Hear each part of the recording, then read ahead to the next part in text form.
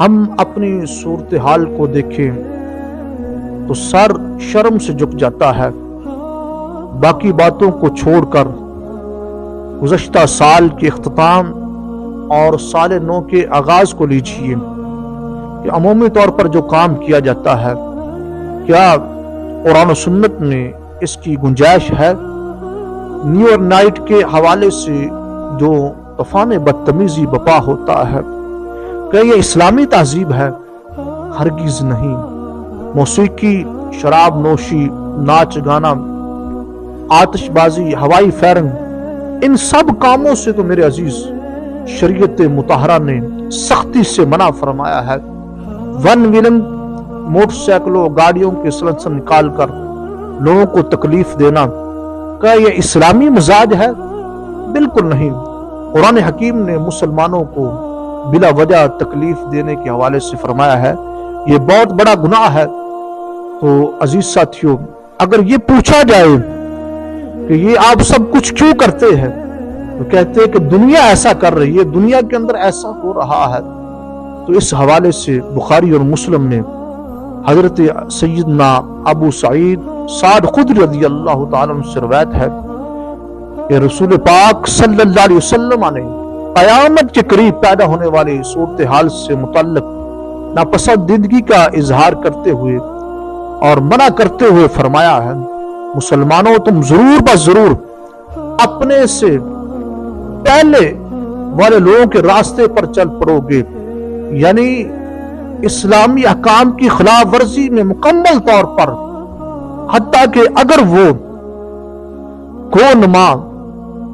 یعنی چھپکلی نما گو جو ایک بہت بڑا جانور ہے، اس کے سوراخ میں گھس جائیں بالکل بے فائدہ اور بے مقصد، تو تم بھی ان کے پیچھے چل پڑو گے۔ تو صحابہ اکرام رضی اللہ تعالیٰ عنہ نے عرض کیا، یا رسول اللہ صلی اللہ علیہ وسلم، کیا مسلمان یہود و نصارہ کے پیچھے چل پڑیں گے؟ فرمایا فمن، یعنی اور کس کی بات کر رہا ہوں؟ یعنی یہود و نصارہ کی بات کر رہا ہوں کہ مسلمان اندھا دھند یہود و نصارہ کی پیروی کرنے لگیں گے، ان کے طور اور طریقوں کے پیچھے چل پڑیں گے۔ تو میرے عزیز، ایسی صورتحال میں ہمیں حضرت امیر المومنین خلیفہ بلا فصل سیدنا ابو بکر صدیق رضی اللہ تعالیٰ عنہ کے اس حسین جملے سے رہنمائی لینی چاہیے کہ آپ نے فرمایا کہ فَإِنَّمَا يَكْفِي الْكِتَابُ وَالْخَبْرُ، کہ ہم یہود و نصارہ کے جو رسم و رواج ہے ان کو اپنے جوتے کی نوک پر رکھتے ہیں، ہمارے لیے رب رحیم کا قرآن اور مصطفیٰ کریم کا فرمان کافی ہے۔ تو عزیز ساتھیوں، دیکھیں کہ یہ جو سال گزر رہا ہے، جس کے چند لمحے باقی رہ گئے ہیں، اور ہم اس سال کے بارے میں دیکھیں، غور و فکر کریں، اپنا محاسبہ کریں۔ اگر ہمارے نامہ اعمال کے اندر نیکیوں میں اضافہ ہوا ہے، ہم نے اچھے کام کیے ہیں، تو پھر ہمیں اپنے رب کی بارگاہ میں شکر گزار ہونا چاہیے۔ اور رب ذوالجلال نے ہمیں وقت دیا تھا، یہ ایک بہت بڑی نعمت تھی کہ ہم نے اس سے فائدہ اٹھایا، اور رب کی بارگاہ میں سجدہ شکر کرے۔ اور اگر اس سال کے بارے میں دیکھیں، محاسبہ کریں کہ ہماری نیکیوں کے اندر اضافہ نہیں ہوا، ہم نے اچھے کام نہیں کیے، ہمارے جو برے کام تھے ان کے اندر اضافہ ہوا ہے، تو پھر ہمیں اپنی کوتاہیوں کا ازالہ کرتے ہوئے توبہ طائب ہونا چاہیے، پکی سچی توبہ کرنی چاہیے، اور آنے والے سال کے بارے میں فکر مند ہونا چاہیے۔ ہم نے سال کو بڑے اچھے طریقے سے گزارنا ہے، اور نیکیوں کے اندر اضافے کے بارے میں سوچنا ہے، اور اپنے نامہ اعمال کے اندر نیکیوں کے بارے میں نیکیوں کا اضافہ کرنا ہے۔ تو عزیز ساتھیوں، کتنے افسوس کی بات ہے کہ ہم سال جب کا آغاز ہوتا ہے تو ہم حساب کتاب کرتے ہیں، حساب لگاتے ہیں، اور اپنے بچوں کی تعلیم کے بارے میں سوچتے ہیں،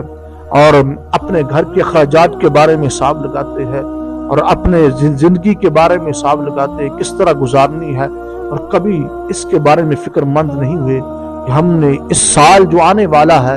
اس سال میں اچھے کام کس طرح کرنے ہیں، اچھے کاموں کے بارے میں کبھی نہیں سوچا۔ اور پھر نیکیوں کے اضافے کے حوالے سے کہ ہم نے اپنے نامہ اعمال کے اندر کس طرح نیکیوں کا اضافہ کرنا ہے، کبھی اس کے بارے میں نہیں سوچا۔ یہ چیز ضروری ہے میرے عزیز، ہمیں نئے سال کی آمد پر، نئے سال کے آغاز کے حوالے سے ہمیں اس کے بارے میں فکر مند ہونا چاہیے کہ ہم نے اس سال کو کس طرح گزارنا ہے، اور یہ جو وقت ہمیں مل رہا ہے اس کو غنیمت سمجھتے ہوئے ہم نے اچھے کام کرنے ہیں اور نیکیوں کے اندر اضافے کے بارے میں سوچنا ہے، اپنے نامہ اعمال کے اندر نیکیوں کا اضافہ کرنا ہے، ہمیں اس کے بارے میں سوچنا چاہیے۔